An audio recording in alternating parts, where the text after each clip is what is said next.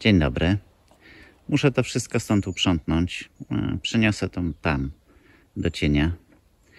I muszę też odjechać z tą przyczepą, no bo za chwilę będą pierwsze dostawy żwiru. No to działam.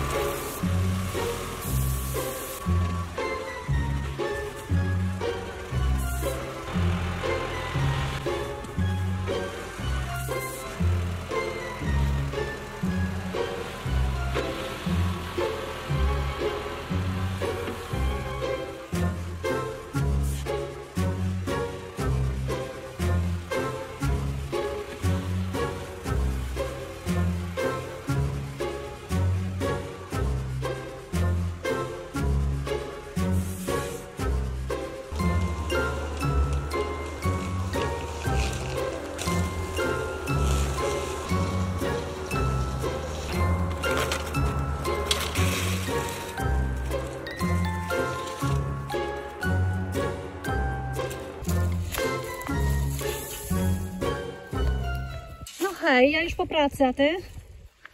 Ja też. No dobrze. To mam hobby. A, hobby. No tak też można.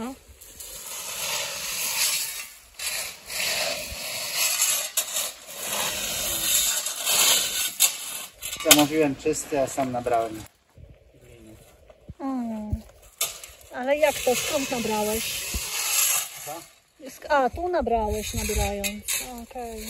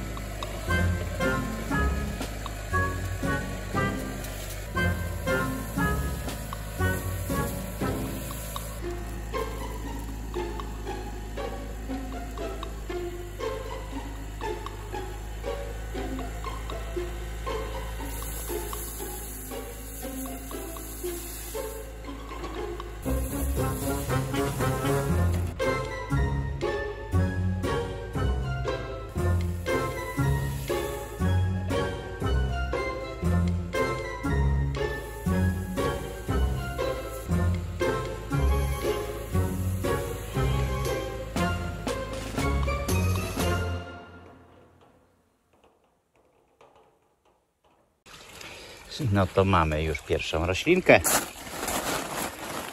Tylko nie bardzo wiemy, co to jest. Jest podejrzenie, że to czosnek. Ta woda jest nieźle, jest żółta, bo trochę przepłukałem ten żwir. No ja to głównie traktorkiem nabieram. Jak nabieram, to nabieram czasami z gliną, więc to zaczęło spływać, tu się przesączać. Ale nie jest ona jakimś też dużym problemem. To dlatego, że no te rośliny coś muszą jeść. Jeśli pytacie mnie, po co są te rury, to powiem wam, że jest to pewnego rodzaju backup. Otóż ja nie mam pewności, jak szybko rośliny wykonają swoją pracę i czy nie będzie tak, że przez jakiś czas będziemy musieli wspomagać jeszcze nasz basen dodatkowym filtrowaniem. No wolałbym tego uniknąć, ale z drugiej strony wolę mieć taką możliwość. Także to, co jeszcze muszę zrobić, to tu się przewiercę gdzieś na dole i tutaj wrzucę taki szlauf zbrojony, którym będę mógł ze środka basenu pobierać wodę. Tą wodę będę transportował gdzieś tu w te jeżyny. Tutaj zrobimy taką jakąś stację filtrującą, a następnie woda będzie wracała z powrotem już do tych rur. W te rury powrzucam powsuwam kilka węży ogrodowych o różnych długościach, tak żeby te węże sięgały w różne miejsca i tą wodę przefiltrowaną odprowadzały.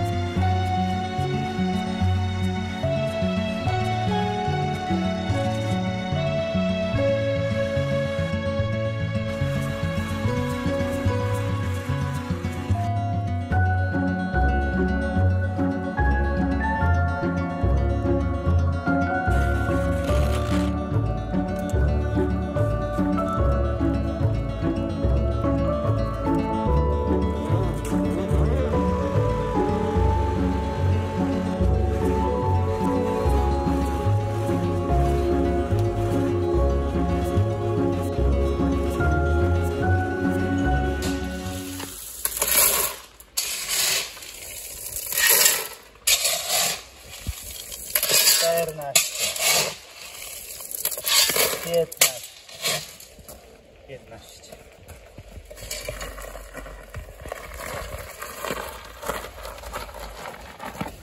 Proszę.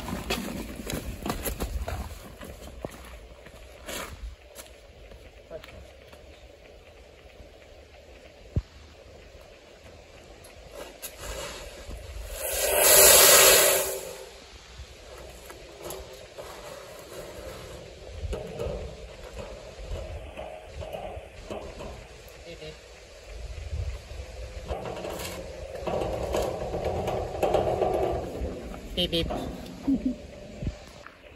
On się mi pokłada na ścieżce. Obok. No, ale mogę go zahaczyć. Ja już jestem zmęczony, już nie mam takiej kontroli pełnej. Takiej koncentracji. Nie mam też koncentracji, mylę się po prostu w tych łopatach, wiesz? 16 ostatnio sypałem. Oj, to niedobrze. Musiałem po prostu wrócić i odsypać. No bo taczka ma pojemność 15 łopat, jakby ktoś nie wiedział, tak? Nie, to raczej chodzi po prostu o pewnego rodzaju natręctwa.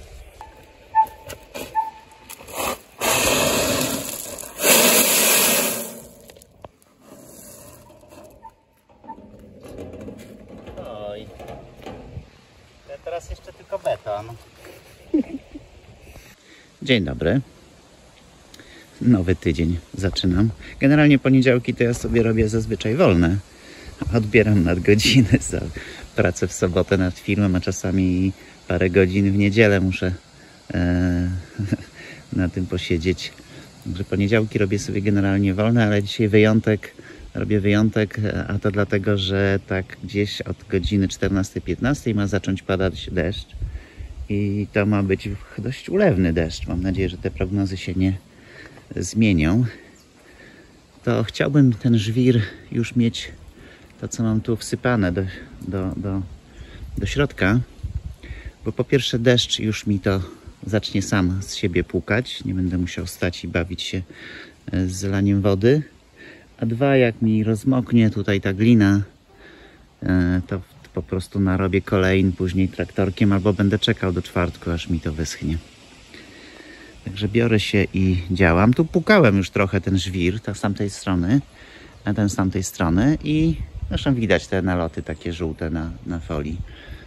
Także pierwsze płukanie to była bardzo żółta woda, drugie już mniej, a przy trzecim płukaniu to praktycznie leciała czysta woda, także nie jest źle. Myślę, że deszcz może wykonać tą pracę za mnie. No i później tylko pozostanie już wypompować to do tamtego stawu w lesie i nazbierać nowej, czystej wody. Ciekawe skąd. No i system pracy mam taki, że tak traktorkiem to właśnie gdzieś jak to drewno mogę dojechać, bo potem już tutaj nie wjadę, tu się już robi spadek, nie dam rady wykręcić tak, żeby coś wysypać. Także sypię tu i podobnie mam z tamtej strony, tak mniej więcej do połowy tej bariery jestem w stanie traktorem dojechać i sypać, a później już to nie ma sensu. Także zbieram trochę z góry, starając się nie nabierać gliny, bo łyżką to łatwo. A potem jadę już staczką i staczką zasypuję tam od tyłu. Dobra, działam, żeby zdążyć z tym wszystkim przed deszczem. Do sypania żwiru mam ścisłe wytyczne od Marty, jaką głębokość zachować wody, bo różne rośliny różne głębokości lubią. Także o, tu jest to wejście, ten basen, tu jest ten pomost. O. Więc na przykład to muszę zachować 40 cm do lustra wody, 40, generalnie, a na przykład tu 20, a generalnie w większości miejsc i tak będzie to około 10, tak jak przy barierze 10, a tu będziemy już wychodzili wręcz ze żwirem powyżej powierzchni, powyżej lustra wody. Ta poziomica, góra tej poziomicy pokazuje poziom wody, jaki chcemy osiągnąć w stawie. Czyli w tej chwili żwir jest poniżej lustra, w tym miejscu akurat około 10 cm.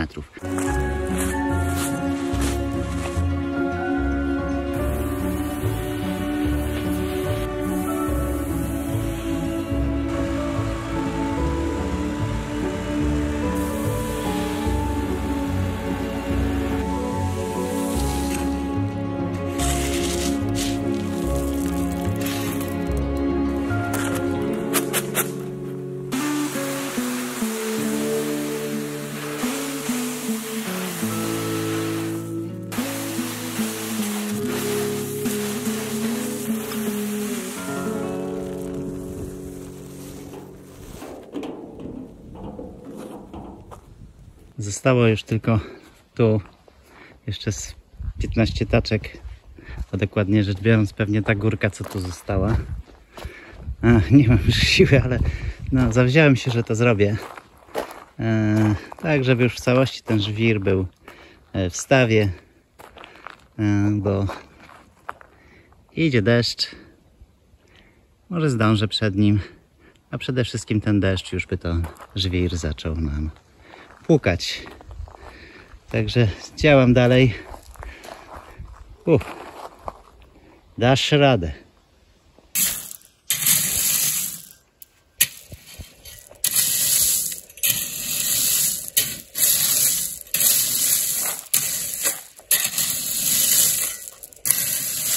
Końcówka.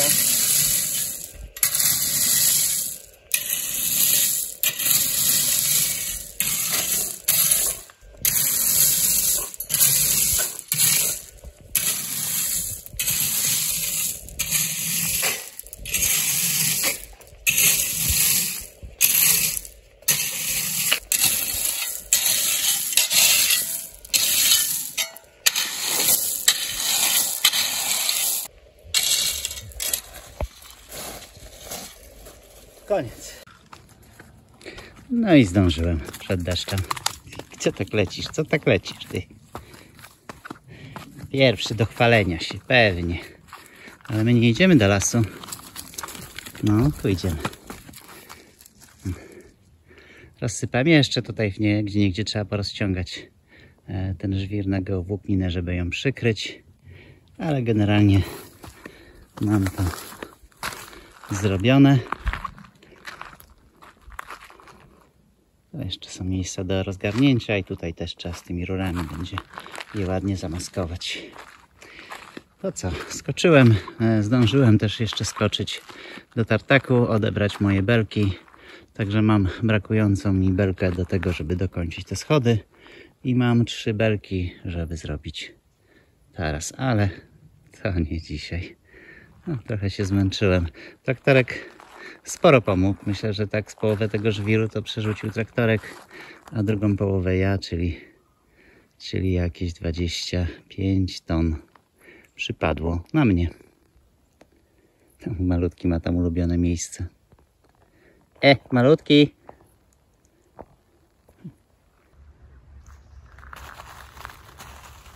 Co tam, kocie?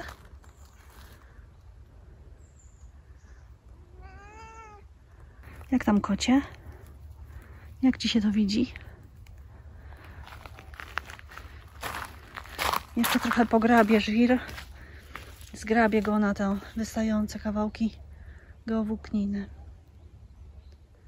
Następny etap to będą rośliny i woda.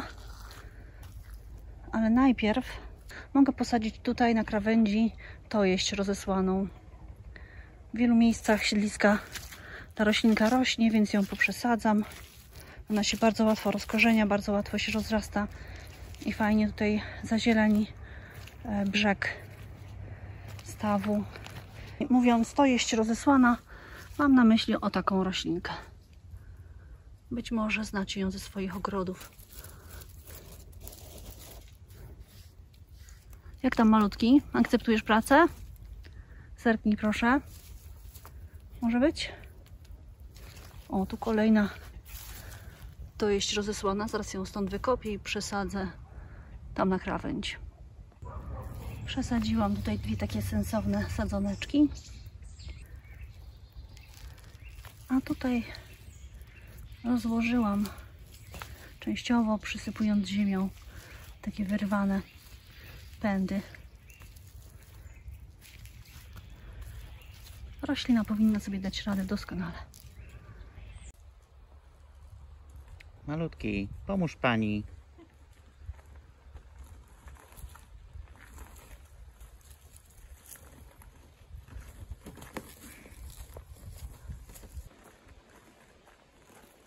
No, akcja. Dużo jeszcze tych taczek masz? A to pod kibelkiem posadziłam bobodziszka. To fajna, bezobsługowa bylina. Nawet nie trzeba jej podcinać. Ona sobie świetnie radzi. Powinna tutaj zadarnić całą tą powierzchnię tej dobrej ziemi. I podobnie pod prysznicem, pod domkiem prysznicowym, tu przy umywalce, posadziłam też bodziszka tutaj, pod spodem i tu. I też liczę na to, że będzie piękna zielona poducha. Bodziszek ma taki dosyć intensywny zapach, którego Darek nie lubi za bardzo. Kurde, włażę w tak... Co, Trzeba kochanie? zrobić barierkę. Jak sobie życzysz, to sobie zrób, ale uważam, że jest niepotrzebna. Wykop taki rowek. A ja ci powiem, gdzie jest cement i beton, sobie zabetonujesz sobie. To jest normalnie ziemia czarna, no co z tego, że wdepniesz? To nie chodź na bosaczka. Ale ja lubię. No to co z tego, że wdepniesz? Wolałbym nie być. Ochłodziło się i popadało. Zapraszam Was do mojego warzywnika. Może tym razem ujęcia wejdą do filmu.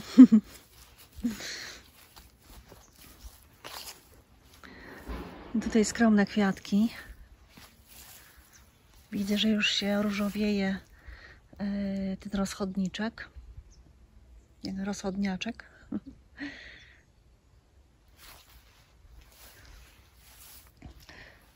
Tu rabatki z truskawkami. Ten mocno się rozrosły, ale wszystkie mają takie plamki. Na jesieni chyba trzeba będzie wszystkie liście truskawek obciąć. Tu pomidorek koktajlowy, który się wysiał i go tu przesadziłam. Czasami go skubię, ma jeszcze mnóstwo kwiatów, ale to już chyba nie ta pora, żeby jakieś owoce jeszcze z nich były. Tam rosły pomidorki koktajlowe. Za ciasno miały w tych donicach z aksamitkami. Jednak te aksamitki są za duże dla towarzystwa do pomidorków. To muszą być jakieś mniejsze aksamitki. Także zostały już same aksamitki, bazylia i niecierpek. A pomidory już dawno usunęłam. Fajne te aksamitki. Muszę je może ogłowić przekwitłe kwiaty. Ale to wygląda pięknie. No ale przede wszystkim nasturcje królują w moim warzywniku.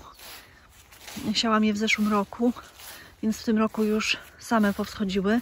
Też część przesadzałam, część wyrzucałam, ale i tak dominują warzywnik. Wszędzie są. Ale jeszcze gdzieniegdzie jest fasolka szparagowa. Tutaj i tam gdzieś na górze. Jeszcze są dynie i cukinie. Jest fasola tyczna, którą już jedliśmy parę razy i zostały takie strączki suche. To zbiorę na ziarno na przyszły rok.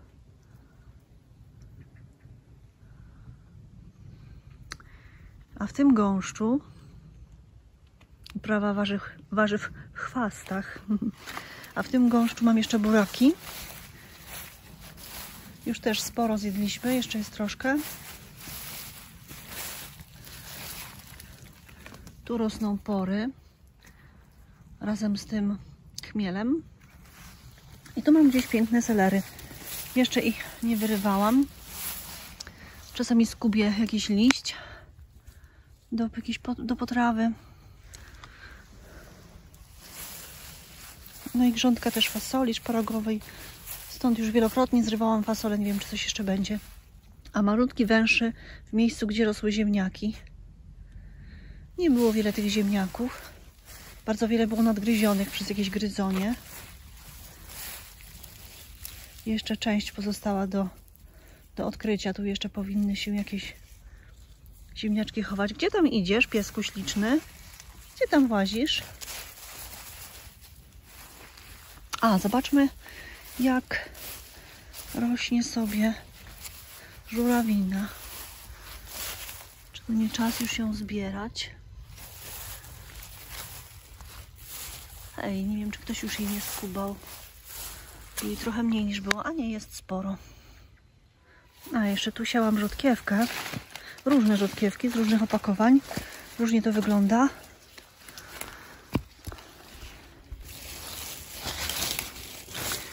A, coś może będzie. O, tutaj za gęsto. No zobaczymy. A tu szpinak nowozelandzki. No i może na z Turcji. Większość pomidorów już usunęłam. Większość z nich miała zarazę ziemniaczaną. Także nie jedliśmy zbyt wiele pomidorów w tym sezonie. Ale niektóre krzaczki jeszcze owocują. Jeszcze się bujnie rozrastają. Może te żółte pomidorki jeszcze dojrzeją. Bardzo mi smakują, chyba najbardziej. I te gruszeczki małe też są smaczne, no ale tu liczyłam na duże pomidory. Także tak się prezentuje nasz warzywnik w połowie września.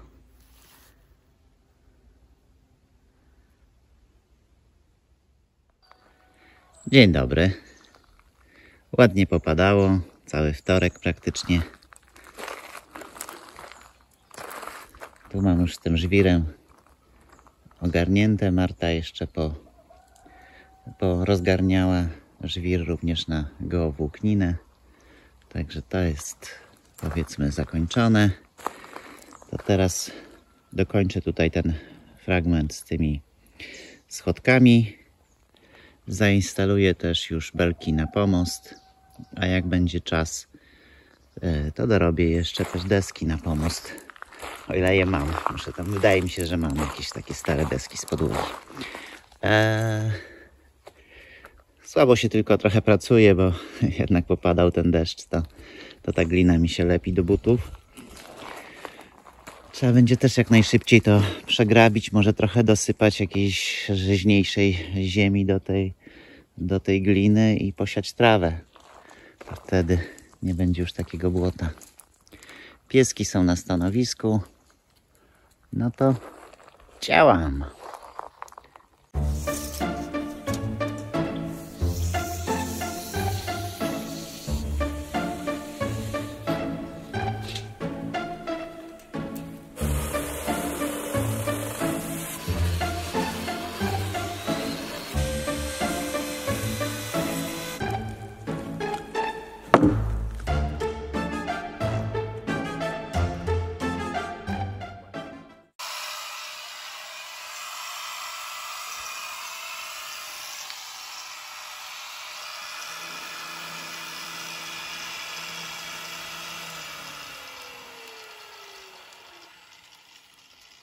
Tutaj jeszcze.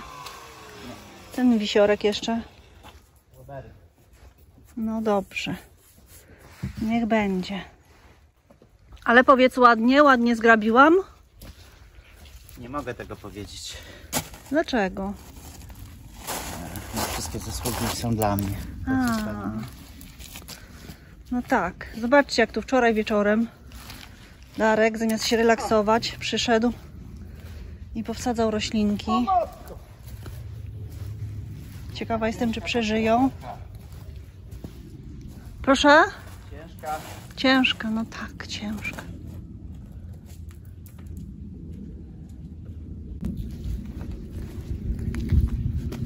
A tu miałaś w pamięci dodać sobie 10 cm i zapomniałaś dodać. Jak to teraz wygląda? No to tą skróć, będzie ok. Co zrobić? Skróć drugą. Albo dosztukuj pierwszą. Jak do 10 zapomniałeś policzyć.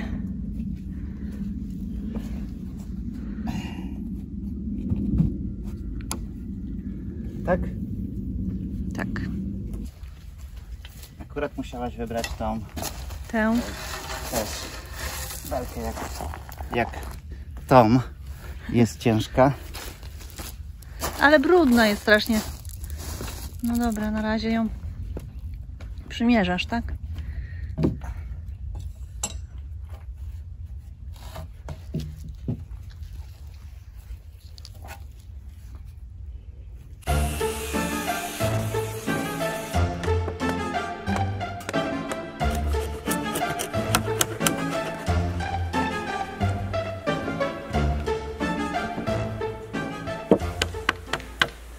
To jest dobrze, tylko jeszcze w tych dużych belkach trzeba się wciąć bo stopień powinien iść trochę niżej, znaczy 5 cm niżej.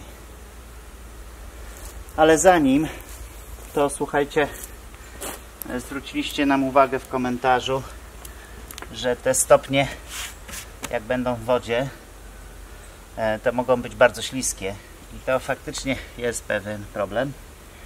Dlatego pomyślałem, że mając tą frezarkę ręczną, wyżłobię tu na końcówkach tych stopni, tak na 5 cm ostatnich, kilka takich właśnie rowków, w tych belkach niżej też, i dzięki temu będzie taki element, który może nam zapewni lepszą przyczepność. Nie wiem, na ile tak się stanie, ale może tak. Także teraz, zanim te belki będę montował, to jeszcze zrobię te rowki. To muszę znaleźć jakiś sensowny frez. No dobra, to spróbuję w tych stopniach wyżłobić takie rowki, żeby to lepiej się noga trzymała na śliskiej powierzchni. Znalazłem taki frez i nim to zrobię.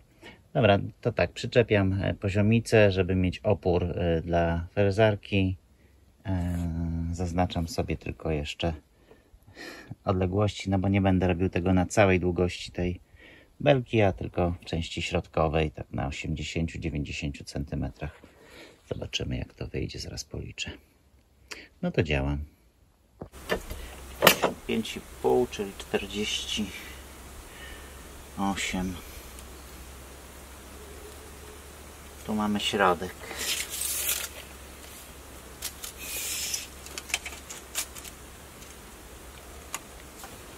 Tak, damy po 40 z każdej strony. To będzie ok. Czyli 80 cm będą miały te żłobienia długości.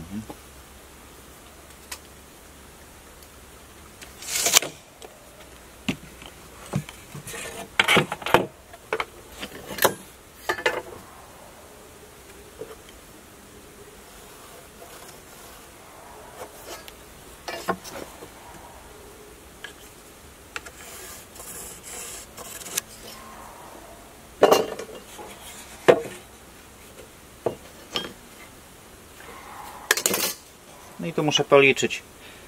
Od tej krawędzi do środka frezu mam 4,5, czyli pierwszy zrobię na centymetr dalej, 5,5, czyli na 5,5 ustawiam.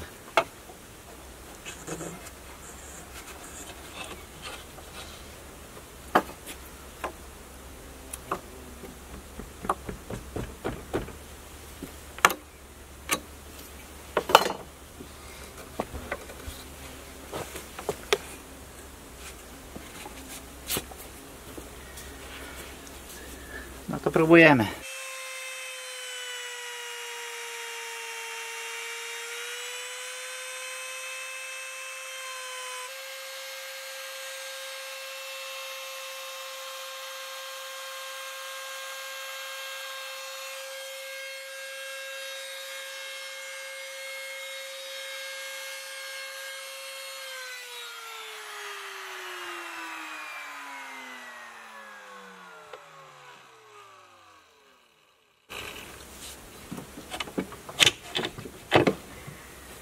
No to teraz dołożę.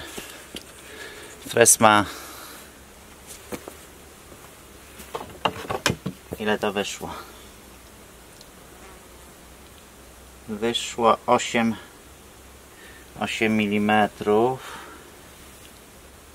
No to dołożę 1,5 cm. Czy miałem 5,5, to teraz 7.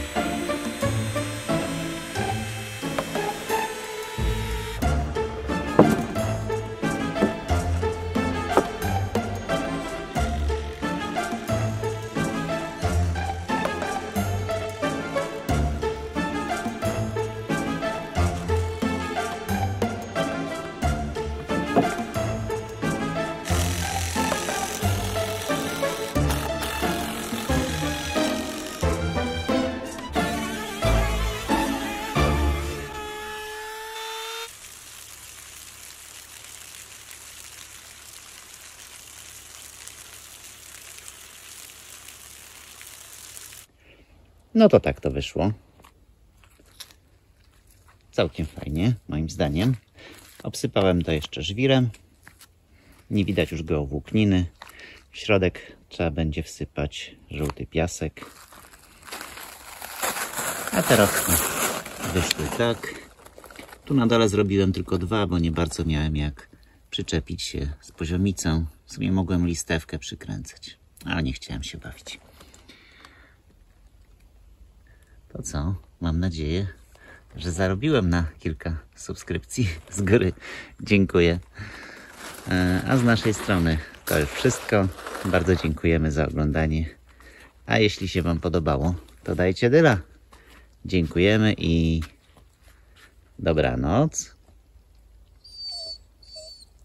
Tak, Ty też powiedziałeś dobranoc. Gulliver, czemu jesz trawę?